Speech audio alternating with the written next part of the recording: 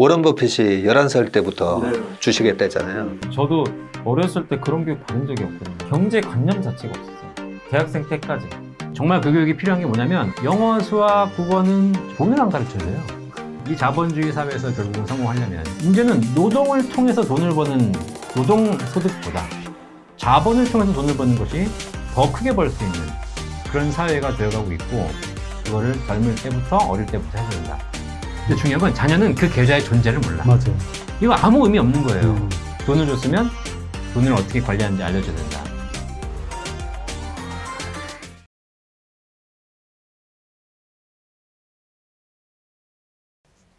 안녕하세요. 레슨몬TV의 훈훈입니다. 오늘은 2021 2차전지의 전략, 그리고 유망기업, 그리고 밸류체인에 대해서 한번 자세히 알아보도록 하겠습니다. 최보용 교보증권 IT 애널리스트님을 모시고 의견을 교환할 건데요. 반갑습니다. 안녕하세요. 굉장히 어색합니다. 오늘 2차전지 밸류체인하고 유망기업에 대해서 정말 쉽고 재미있게 소개해 주실 거죠? 네, 힘이 닿는 대로 열심히 해보겠습니다. 준비를 많이 한 걸로 알고 있습니다. 네, 네. 요청을 많이 주셔가지고. 네. 여러 번 요청드렸었거든요. 네. 그럼 이제 제일 궁금한 게, 이제 사람들이 개념 정리가 좀 어렵다 보니까 핵심 2차전지 밸류체인에 대해서 개념 정리부터 먼저 설명 부탁드리겠습니다. 네, 2차전지 개념 정리를 말씀드리겠습니다. 2차 전지라 함은 내부에 들어있는 활물질인 화학 에너지를 화학 반응을 통해서 전기 에너지로 변환하는 장치라고 보시면 돼요. 그래서 크게 전지는 1차 전지와 2차 전지로 나뉘게 됩니다. 그래서 보통 아시는 예전에 많이 사용했던 1차 전지는 한번 사용하고 나면 충전이 안 되고 재사용이 안 되기 때문에 바로 이렇게 버리게 되는데요. 그로 인해서 환경 오염의 문제점이 굉장히 심하게 나타나고 있습니다. 그리고 요즘에 많이 얘기가 들리는 2차 전지는 이제 예전에 저는 마이마이를 썼었는데요. 그런 거에 이렇게 세대가 드러나는 건가 하는데, 이렇게 한번 충전하고 다시 쓸 수 있는 여러 번 재사용이 가능한 전지를 2차 전지라고 이렇게 얘기를 하고 있고, 대표적으로는 자동차에 많이 쓰였던 납축 전지, 그리고 최근에 많이 나오고 있는 LIB, 리튬 이온 배터리로 이렇게 대표적인 제품군이 나뉘게 됩니다. 그래서 에너지 밀도와 출력이 높고 충전이 가능하기 때문에 아까 말씀드렸던 자동차라든지 스마트폰, 태블릿 PC, 그리고 노트북 같은 디바이스에 고루고루 사용되고 있다라고 보시면 될 것 같아요. 네, 그래서 2차 전지는 크게 이제 전지는 1차 전지와 2차 전지로 나뉘고, 이게 또 뭐 하나만 있느냐 그렇지 않습니다. 보시면은 1차 전지의 종류는 망간 전지라든지 알카라인 전지, 수은 전지 등 이제 한번 쓰고 버렸던 예전의 전지들이 이렇게 되게 많고요. 그리고 2차 전지는 말씀드렸던 대표적으로 납축 전지, 그리고 리튬 이온 전지, 다르게는 니켈 카드뮴, 니켈 수소 같은 다양한 전지들이 있어요. 근데 그 중에서 이제 가장 선호도가 높고 잘 만들어지면서, 예전에는 뭐 알카라인 전지가 많이 쓰였다면은 최근에는 2차 전지 중에서는 리튬 이온 전지가 많이 쓰이고 있다라고, 이 정도 특징으로 보시면 될 것 같아요. 그래서 각각의 특장점이 굉장히 이렇게 차별화가 된다라고 보시면 될 것 같습니다. 네, 그리고 2차 전지는 이제 많이 아시는 4대 구성 요소로 이루어져 있는데요. 양극, 음극, 분리막, 전액, 그리고 기타 장치들로 구성되어 있습니다. 그래서 양극 같은 경우에는 크게 이제 양극재가 들어간다라고 아실 수 있는데, 사이를 세세하게 살펴보면은 활물질, 도전재, 결합재, 기재 등이 합쳐져서 양극재라고 하고요. 이 양극재는 배터리 36%를 차지하기 때문에 굉장히 가장 중요하고 가장 큰 비중을 차지하는 물질로 보시면 될 것 같아요. 그리고 음극재 같은 경우에는 활물질, 결합재, 기재로 구성이 되어 있고 전체 전지의 13% 정도 차지하고 있다라고 보시면 될 것 같습니다. 그리고 경리막은 약간 옛날 단어긴 한데 최근에 이제 분리막으로 많이 사용되고 있고, 이제 폴리에틸렌 수지막으로 구성되어 있고 이렇게 쭉 잡아 당겨가지고 미세 구멍이 굉장히 뚫려 있기 때문에 여기 사이를 전액이 왔다 갔다 할 수 있는 그런 막을 라고 보시면 될 것 같습니다. 이 막 같은 경우에는 이제 전체 전지의 9% 정도 차지하고 있고, 최근에 SKIT가 상장을 하면서 좀 주목받고 있는 그런 물질이다라고 보시면 될 것 같습니다. 네, 그리고 마지막으로는 전해액인데요. 전해액은 리튬염과 유기용매로 구성되어 있습니다. 이 물질 같은 경우에는 전체 2차 전지 14%를 차지하고 있고, 이 양극재나 분리막 같은 경우에는 이 물질이 왔다 갔다 하기 때문에 폭발 위험 등에 가장 큰 영향을 미치고 있어서 안정성에 가장 큰 영향을 미치고 있고, 양극과 음극은 기본적인 충방전 같은 기본 성능에 영향을 미치고 있는 그런 물질이다라고 보시면 될 것 같습니다. 네, 그리고 안전장치 같은 경우에는 캡이나 기타 보호회로나 캔, 뚜껑 이런 것들을 말하고 있고 기타 등등이라고 보시면 될 것 같아요. 상장업체로는 신흥 SEC나 상신 EDP 이런 업체들이 관련 업체라고 보시면 될 것 같습니다. 네, 그리고 2차 전지의 원리는 활물질로 구성이 되어 있는데 이게 이제 충전과 방전을 같이 하게 되는데요. 이제 양극에 붙어 있던 전류와 이온들이 이 위에 있는 도선을 따라서 이렇게 충방전을 거쳐서 음극에 쌓이면은 충전이 다 되는 거고, 이게 다 방전이 되면은 없어지는 그런 것들을 왔다 갔다 하는 일련의 과정들을 이제 2차 전지가 충방전되고 화학 물질이 전기적인 물질로 바뀌게 된다라고 보시면 될 것 같습니다. 네, 그리고 2차 전지 제조 공정에 대해서 말씀을 드리겠는데요. 극판 공정, 그리고 조립 공정, 활성화 공정을 통해서 이 원재료 등이 일련의 과정을 거쳐서 완성품인 2차 전지 배터리가 되는 과정이라고 보시면 될 것 같아요. 그래서 조금만 더 설명을 드리면은 이 극판 공정 같은 경우에는 양극과 음극 극판을 만드는 공정이다라고 보시면 되고, 양극, 음극 물질을 배합해서 알루미늄이나 그 구리 전극에 위에 이렇게 발라주는 빵에다가 잼을 바르는 것 같은 그런 코팅을 하는 공정을 극판 공정이라고 하고요. 조립 공정은 이런 빵을 이렇게 예를 들어 파우치라고 하면 그 빵을 봉지에 넣는 그런 공정이라고 보시면 될 것 같고, 활성화 공정은 완성된 전지에 이 전극을 띄는지 안 띄는지 전기적 특성을 부여하는 그런 공정이라고 보시면 됩니다. 그래서 마지막으로 이제 패킹까지 완성이 되면 이제 보통 알고 있는 완성품이 2차 전지 배터리가 탄생하는 그런 과정이라고 보시면 될 것 같습니다. 네, 그리고 이제 많이들 질문을 하시는데요. 전지가 왜 이렇게 여러 가지 종류가 있느냐, 그리고 각각의 특성이 무엇이냐라는 질문들을 많이 하십니다. 그래서 이제 정리를 해왔는데요. 원통형 전지는 저희가 이제 많이 쓰였잖아요. 어릴 때부터 아까 말씀드렸던 마이마이에 썼던 이렇게 세대가 드러나는 건가 하는데, 그런 전지이기 때문에 옛날부터 많이 생산을 해서 표준화와 대량 생산이 가능합니다. 따라서 원가 절감도 이제 가능하고, 그리고 이렇게 좀 작은 것들이 여러 개가 들어가다 보니까 조금 껍질이 두껍고 해서 공간 효율성도 조금 낮고 무겁다라고 이제 보여지고 있지만, 이게 이제 EV 팩에 들어가면은 하나씩 떼서 교체를 할 수 있기 때문에 조금 원가도 좀 낮고, 그리고 만약에 이제 서지거나 할 때 문제가 있을 때 교체가 잘 되는 그런 특장점을 가지고 있다라고 보여지고 있습니다. 그래서 이런 이제 테슬라의 가장 큰 목적이 원가 절감을 하겠다라는 얘기들을 많이 하는데, 그래서 테슬라에서 주로 많이 사용을 하고 있고요. 최근에는 이제 이런 것들이 점점 이렇게 확산이 되는 추세여가지고 삼성 SDI 같은 경우에는 리비안이라든지 제규어 같은 업체에서도 계속적으로 이 원통형 전지 러브콜을 보내고 있는 상황이라고 보시면 될 것 같아요. 그래서 제조업체 같은 경우에는 파나소닉, LG, 삼성 SDI가 이렇게 주요 제조업체로 보시면 될 것 같습니다.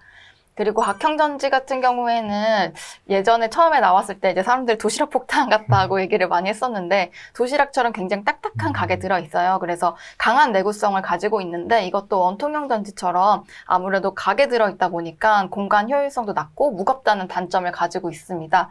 하지만 좀 이제 안전성을 중요하게 생각하는 BMW라든지 벤츠, 아우디, 그리고 최근에 각형 배터리에 강한 러브콜을 보냈던 폭스바겐 같은 업체들은 각형 전지를 선호하는 그런 상황이고, 주요 플레이어는 삼성 SDI 그리고 CATL이 이런 각형 전지를 만들고 있다고 보시면 됩니다.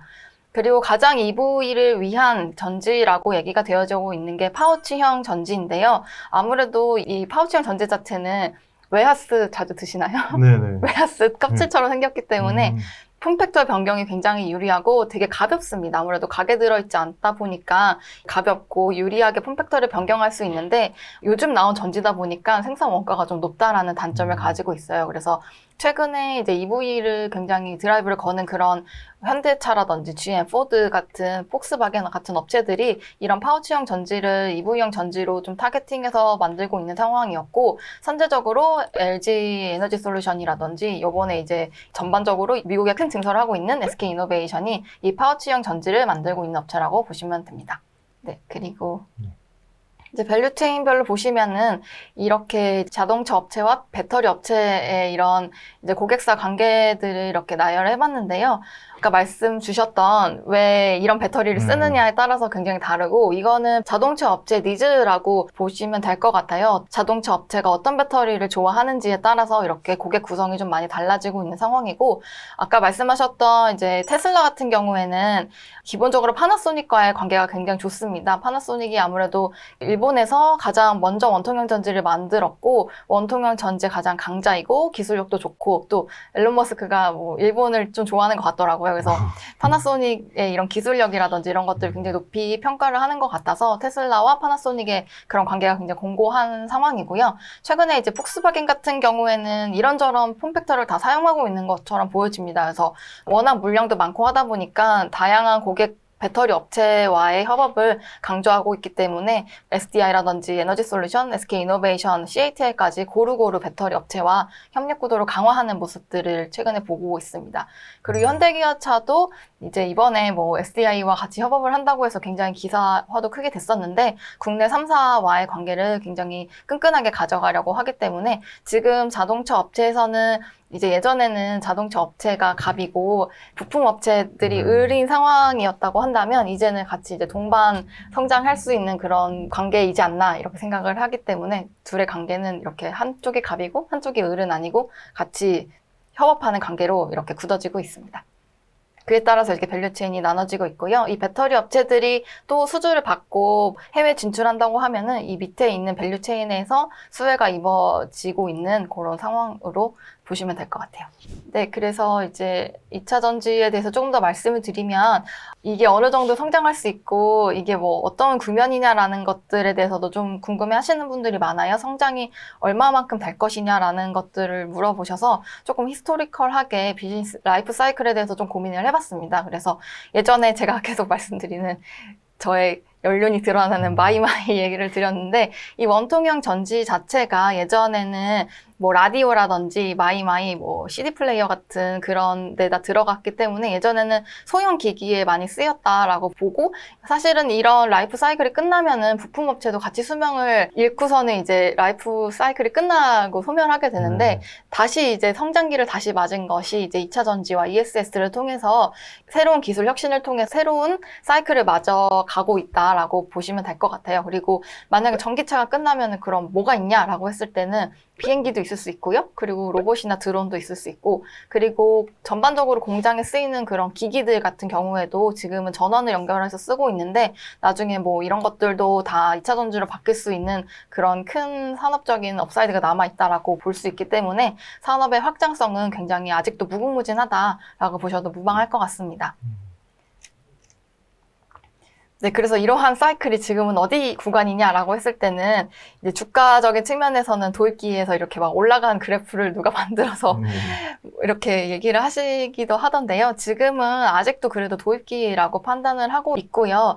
그 근거에 대해서는 이제 올해 같은 경우에는 자동차 판매량이 8,300만 대 정도로 이제 추정을 하고 있고, 배터리 EV 판매량은 340만 대로 아직 4.3%의 침투율을 올해 전망을 하고 있기 때문에, 중장기적으로 2025년에 뭐 배터리의 침투율이 10%, 30년까지 약 30% 뭐 이렇게까지 가정을 했을 때는 아직도 중장기적 성장의 여력은 충분하다라고 판단을 하고 있습니다. 그리고 올해 이제 배터리 이런 업체들이 연간 흑자를 달성할 건데, 인더스트리 라이프 사이클의 가장 큰 특성이 매출이 올라가면서 영업이익이 적자에서 흑자로 턴어라운드 하는 그런 특성이 가장 큰 특성이라고 봤을 때는 아직도 도입기 구간에 있다라고 볼 수 있고, 아직 성장의 여력이 성장기와 성숙기까지도 남아있기 때문에 좀 긴 호흡으로 보셔도 무방하다라고 판단을 하고 있습니다.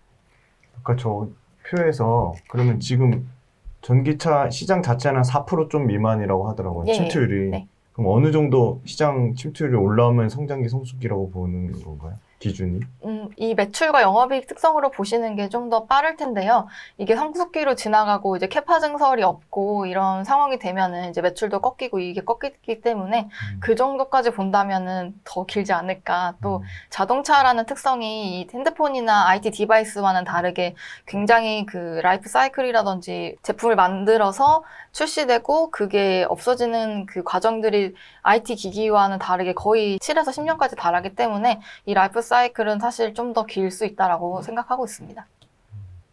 근데 그걸 판단하는 기준 캐파 증설이 점점 없어지냐, 네. 생기냐에 따라. 그 근거는 여기 이렇게 근거가 있는데요. 네. 지금 이제 아직 시장 규모도 작고 뭐 기업들이 사실 테슬라 이후에는 아직 이렇다 할 전기차 업체가 사실 아직 없잖아요. 그리고 전기차를 요즘에는 많이 나오기는 하지만 또 주변에서 타는 사람이 그렇게 있지는 않아요. 그래서 이런 도입기 특성을 가지고 있고요. 성장기와 성숙기로 갈 때는 이제 실적을 보시는 게 가장 빠르긴 한데 그거를 파악할 수 있는 근거는 뭐 기업들이 치열하게 더 경쟁을 하고 이제 어떤 업체들이 도산하고 없어지면서 한두 업체가 남게 되고 이런 현상이 지속된다면 그때가 아마 성숙기로 가는 그런 시그널이지 않을까 이렇게 생각을 합니다.